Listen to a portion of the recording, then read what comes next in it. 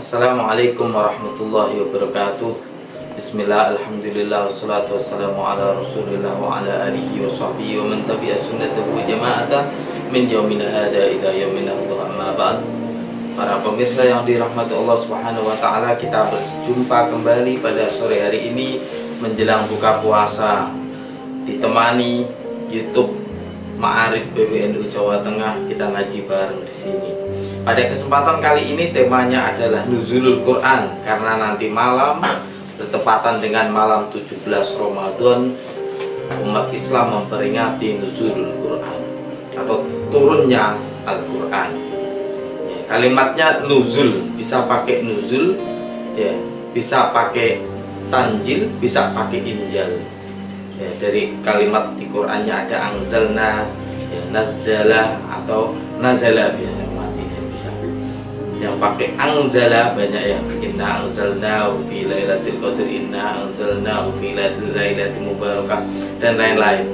Jadi yang banyak juga anzalna, cuma nanti masdarnya itu injal.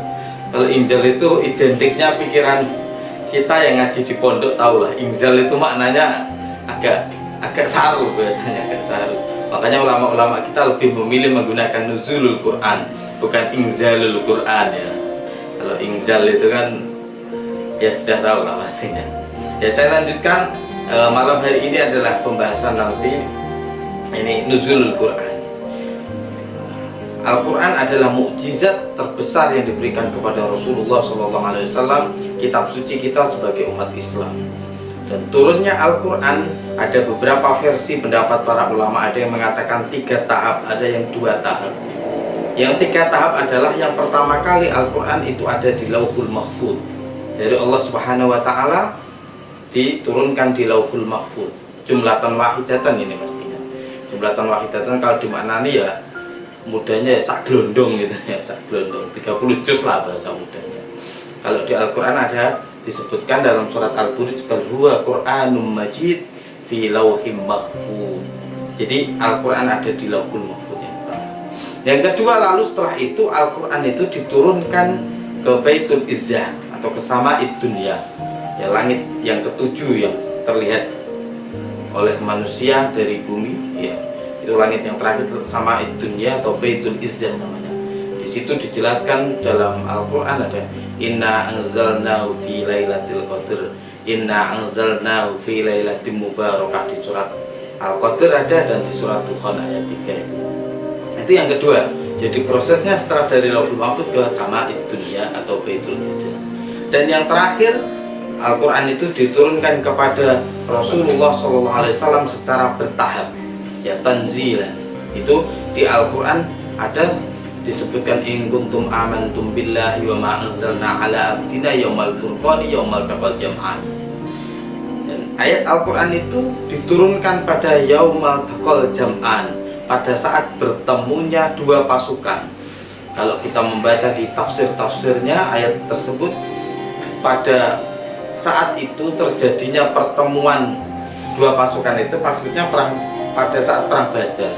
Perang Badar itu terlaksana pada 17, terjadi pada 17 Ramadan.